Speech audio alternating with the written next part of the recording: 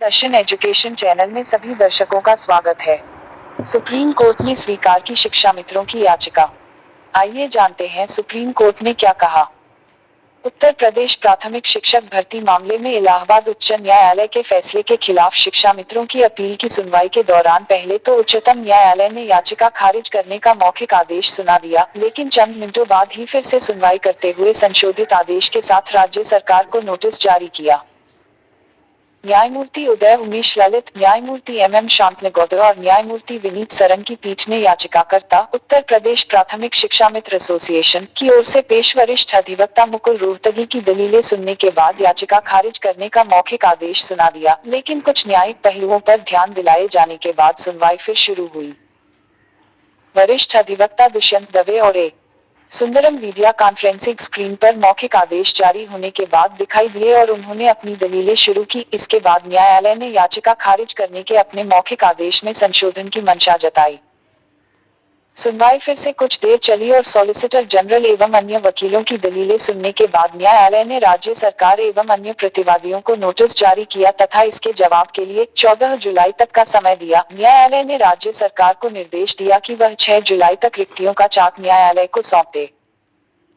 सुनवाई के शुरू में याचिकाकर्ताओं को ओर से श्री रोहतगी ने दलील दी कि एकल पीठ ने याचिकाकर्ताओं के दावे के समर्थन में निर्णय दिया था, लेकिन खंडपीठ ने शिक्षा मित्रों का पक्ष पूरी तरह नहीं सुना। उन्होंने कहा कि शिक्षा मित्रों की मांग उनके ठेके के नवीनीकरण को लेकर भी है और नियुक्ति की प्रक्रिया में लगातार किए गए बदलावों को लेकर भी।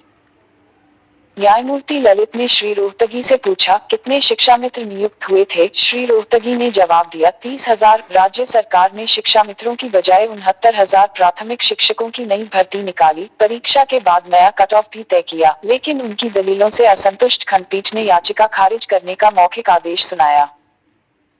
थोड़ी देर में श्री दवे और श्री सुंदरम के स्क्रीन पर दिखने के बाद स्थिति पलट गई और खंडपीठ को अपने मौखिक आदेश फिलहाल टालते हुए सुनवाई दोबारा शुरू करनी पड़ी। खंडपीठ ने कहा कि इस मामले में इतने पक्षकार हैं कि उन सभी को वीडियो कॉन्फ्रेंसिंग के जरिए सुनना मुश्किल होगा।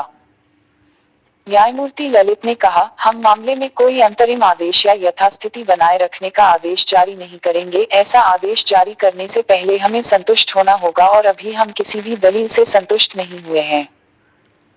कुछ शिक्षा मित्रों की ओर से वरिष्ठ अधिवक्ता गोपाल सुब्रमण्यम ने दलीलें देनी शुरू की। उन्होंने शिक्षा मित्रों की परिभाषा और कार्य प्रणाली बताई। उन्होंने उच्च न्यायालय की एकल पीठ और खंडपीठ के फैसलों की कानूनी बारीकियां कोर्ट को बताई।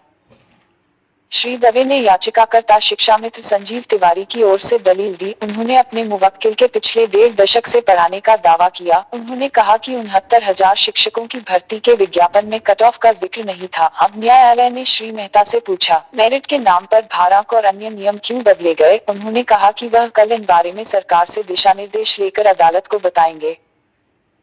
इसके बाद न्यायालय ने कहा, हम फिर सभी याचिकाओं पर नोटिस जारी कर रहे हैं। हम ये भी देखेंगे कि नियुक्ति प्रक्रिया के नियम परीक्षा से पहले या बाद में बदलना कितना सही या गलत है। इस बीच वरिष्ठ अधिवक्ता राजीव धवन ने दलील दी कि परीक्षा के परिणाम 40 और 45% के मेरिट के आधार पर ही फिर से मूल्यांकित किए जाएं। ऐसा क्योंकि पहली परीक्षा किसी और आधार पर तथा दूसरी किसी और के आधार पर। इस पर श्री मेहता ने कहा कि ये लोग प्रतिभाशाली उम्मीदवारों पर कम प्रतिभा वालों का कब्जा चाहते हैं। इसके बाद न्यायालय ने उत्तर प्रदेश सरकार एवं अन्य को नोटिस जारी किए तथा उसके जवाब के लिए 14 जुलाई की तारीख मुकर्रर की। राज्य सरकार यह बताए कि 45% सामान्य और आरक्षित वर्ग के लिए 40% के आधार को क्यों बदला गया। राज्य सरकार 6 जुलाई तक चार्ट के जरिए भर्ती के सारे चरण और डिटेल बताए।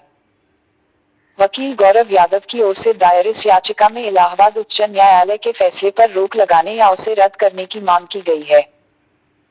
इससे पहले राज्य सरकार की तरफ से शीर्ष अदालत में एक कैविएट दाखिल की गई थी, जिसमें कहा गया थी कि शीर्ष अदालत उसका पक्ष सुने बिना इलाहाबाद उच्च न्यायालय के फैसले के खिलाफ दायर याचिका पर कोई आदेश जारी न करे। इस मामले में इलाहाबाद उच्च न्यायालय की लखनऊ पीठ ने अपना फैसला सुनाया था। उसके बाद राज्य में बेसिक शिक्षा परिषद के स्कूलों में सहायक शिक्षकों की भर्ती का रास्ता साफ हो गया था। उत्तर प्रदेश में शिक्षकों की बड़े पैमाने पर होने वाली भर्ती लटकी हुई थी। ऐसा कट ऑफ मार्क्स से संबंधित विवाद के कारण था। इस मामले में इलाहाबाद उच्च न्यायालय ने प्रदेश सरकार के कट ऑफ बढ़ाने के फैसले को सही बताया था। इसके अलावा इस भर्ती प्रक्रिया को 3 महीने के अंदर पूरा करने का आदेश भी दिया था। वीडियो अच्छी लगी हो तो चैनल को सब्सक्राइब करें, वीडियो शेयर करें। धन्यवाद। मिलते हैं अगली वीडियो में, तब तक के लिए अलविदा। Bye bye.